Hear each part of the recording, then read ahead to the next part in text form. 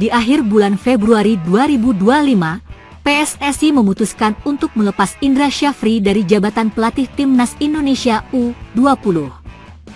PSSI melakukan pemecatan kepada Indra Syafri atas dasar kegagalan Timnas Indonesia U20 yang tidak berhasil lolos dari babak penyisihan grup di Piala Asia U20 2025.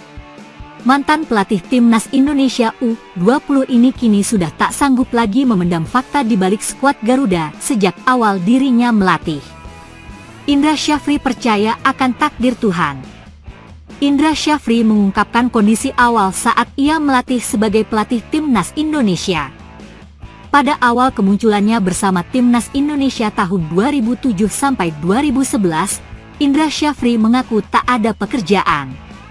Dirinya hanya sebagai instruktur pelatih yang bekerja di Jambi. Kemudian, untuk pertama kalinya ia berangkat ke Jakarta untuk diminta melatih U16 pada tahun 2011.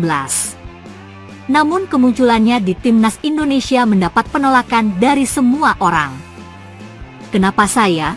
Kenapa nggak mantan-mantan pemain tim nasional yang juga punya sertifikasi? Ujar Indra Syafri. Makanya saat itu saya sangat percaya dengan takdir. Saya sangat percaya dengan ketentuan Tuhan dan saya ditakdirkan untuk itu, sambungnya. Awal Indra menjadi pelatih Timnas Indonesia U16, dirinya mengaku tidak mengenal para pemain karena pilihan dari pengurus PSSI. Kemudian, para pemain diajak untuk menghadapi kualifikasi Piala AFC ke Thailand. Namun, mendapat hasil nihil.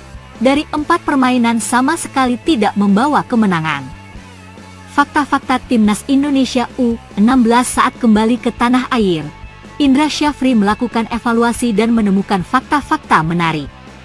Saya laporkan tapi nggak dipecat.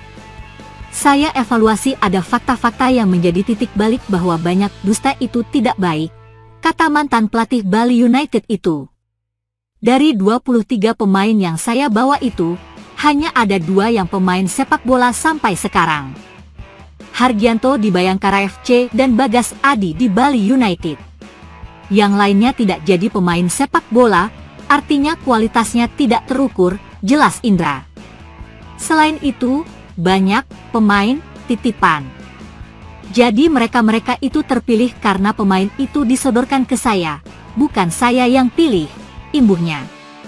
Setelah itu, saya bilang ke PSSI saya akan mencari pemain sendiri.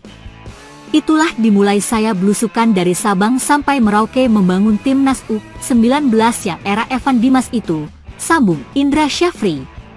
Dimulai saat itu, dirinya mendapat cobaan yang sangat dahsyat namun hanya bisa ikhlas.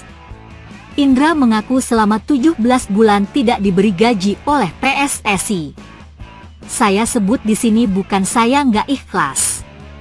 Selama 17 bulan berturut-turut saya nggak diberikan 1 sen pun oleh PSSI, kata Indra. Kalau tidak percaya, bisa di cross-check pada Pak Lanyala Mataliti yang dulu ketua DPD yang membayar setelah dualisme kepengurusan, terusnya. Selain itu, selama itu dirinya tidak mendapatkan kenyamanan duniawi sebab dirinya selalu mendapatkan tantangan yang harus diselesaikan, tetapi Indra Syafri menyadari solusi itu hanya datang dari petunjuk Allah Subhanahu wa Ta'ala. Ia mengaku mendapatkan rezeki yang tidak terduga dan berhasil menyekolahkan anaknya hingga lulus S2. FIFA sedang mengkaji usulan Piala Dunia 2030 diikuti 64 tim, Timnas Indonesia dan negara papan tengah bakal diuntungkan. Rencana ekspansi FIFA di era Presiden Gianni Infantino tampak terus melampaui batas.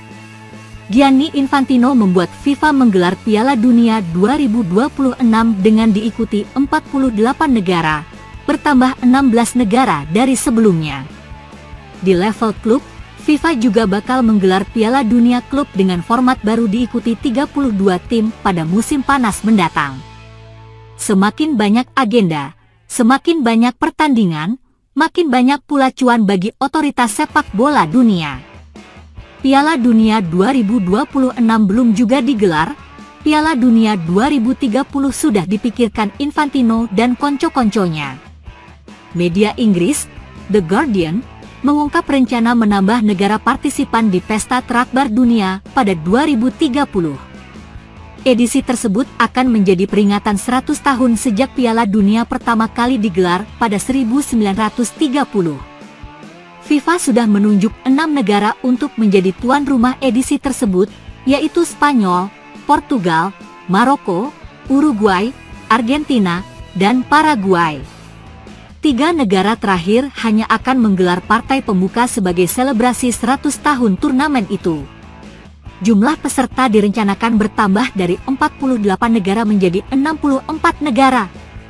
FIFA akan mempertimbangkan proposal untuk mengekspansi Piala Dunia 2030 menjadi 64 tim, tulis The Guardian. Gagasan itu dimunculkan saat rapat Dewan FIFA pada Rabu, 5 Maret 2025. Delegasi yang mengusulkan adalah Ignacio Alonso, Presiden Uruguay Football Association, PSSI Uruguay. Presiden FIFA, Gianni Infantino, menyetujui untuk membahas usulan itu lebih lanjut. Uruguay beserta tetangganya di Amerika Selatan tampak menginginkan menggelar laga lebih banyak, ketimbang hanya sekadar pembuka. Pertambahan jumlah peserta di Piala Dunia berarti makin mudahnya babak kualifikasi. Negara papan tengah di benua Afrika dan Asia serta Oseania bakal diuntungkan. Di Amerika Selatan dapat berimbas dihapusnya babak kualifikasi, karena jumlah negara anggota CONMEBOL hanya 11, tulis The Guardian. Di Asia, Afrika, dan Oseania, ekspansi ini bisa jadi akan disambut positif, mengingat banyak negara akan lebih mudah merasakan debut Piala Dunia. Sebelum berpikir jauh ke arah sana, PSSI semestinya berfokus menuntaskan kualifikasi Piala Dunia 2026. Timnas Indonesia besutan Patrick Kluivert akan melanjutkan putaran ketiga zona AFC melawan Australia dan Bahrain bulan ini. Dikabarkan bakal dicoret Patrick Kluivert dari Timnas Indonesia, Asnawi Mangkualam justru buat gebrakan di Thailand. Patrick Kluivert akan membawa 27 pemain untuk menghadapi putaran ketiga kualifikasi Piala Dunia 2026 zona Asia. Timnas Indonesia dijadwalkan bakal bertandang terlebih dahulu ke markas Australia di Sydney Football Stadium pada 20 Maret. 5 hari berselang, skuad Garuda akan menjadi tuan rumah saat menjamu Bahrain di Stadion Utama Gelora Bung Karno, SUGBK. Banyak pihak beranggapan bahwa komposisi pemain tim merah putih akan berubah dibandingkan era kepelatihan Shin Tae-yong. Apalagi, Patrick Kluivert menegaskan bahwa pemain yang dipanggil ke Timnas Indonesia harus punya menit bermain di klubnya. Selain itu, ada 4 pemain naturalisasi baru yang akan memperkuat Timnas Indonesia menghadapi Australia dan Bahrain. Mereka adalah Ula Romeni, Oxford United, Emil Audero Mulyadi, Palermo, Joey Pelupesi, Lomel, dan Dean James, Go Ahead Eagles. Ula Romeni telah menuntaskan proses naturalisasinya, sedangkan 3 nama lainnya sedang menjalani prosesnya. Dengan demikian, Patrick Kluivert harus mencoret beberapa nama yang sebelumnya sempat menjadi andalan Shin Tae-yong di skuad Garuda. Salah satu nama yang diisukan bakal dicoret Patrick Kluivert adalah Asnawi Mangkualam Bahar. Akan tetapi, Asnawi Mangkualam langsung membuktikan diri dengan menorehkan prestasi gemilang di Liga Thailand. Backport FC tersebut masuk ke daftar 11 pemain terbaik paruh musim Liga Thailand musim 2024 hingga 2025. Hal ini dikonfirmasi langsung oleh akun Instagram resmi Liga Thailand, Thailegue pada Selasa, 4 Maret 2025. Pada musim ini, pemain berusia 25 tahun itu menjadi kekuatan utama Port FC dengan menorehkan 29 penampilan di semua kompetisi. Pemain yang pernah memperkuat Jeonnam Dragons di Liga Korea Selatan ini juga sukses membukukan 1 gol dan 4 assist untuk Port FC. Dengan prestasi tersebut, 1 tempat di Timnas Indonesia tampaknya akan dimiliki oleh Asnawi Mangkualam.